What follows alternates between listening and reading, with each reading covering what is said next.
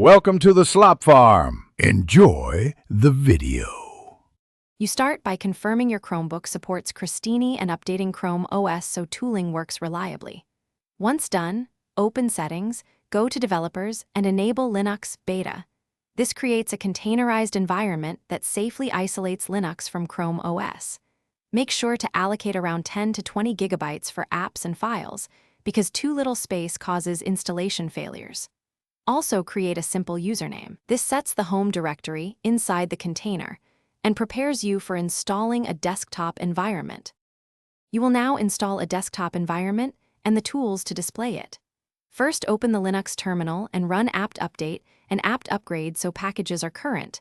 This avoids dependency conflicts. Then install a lightweight desktop like Xfce. Sudo apt install Xfce for Xfce for goodies Y, because it performs well on limited hardware. Next, install a remote display server such as Tiger VNC or Xfce and a session manager. These let you bridge the container GUI to Chrome OS. Once installed, configure a startup command for the server. You're at the final step. Start the VNC or Xfce server with your configured startup command and then launch the Xfce session. Connect with a VNC client or browser extension to see the Linux desktop.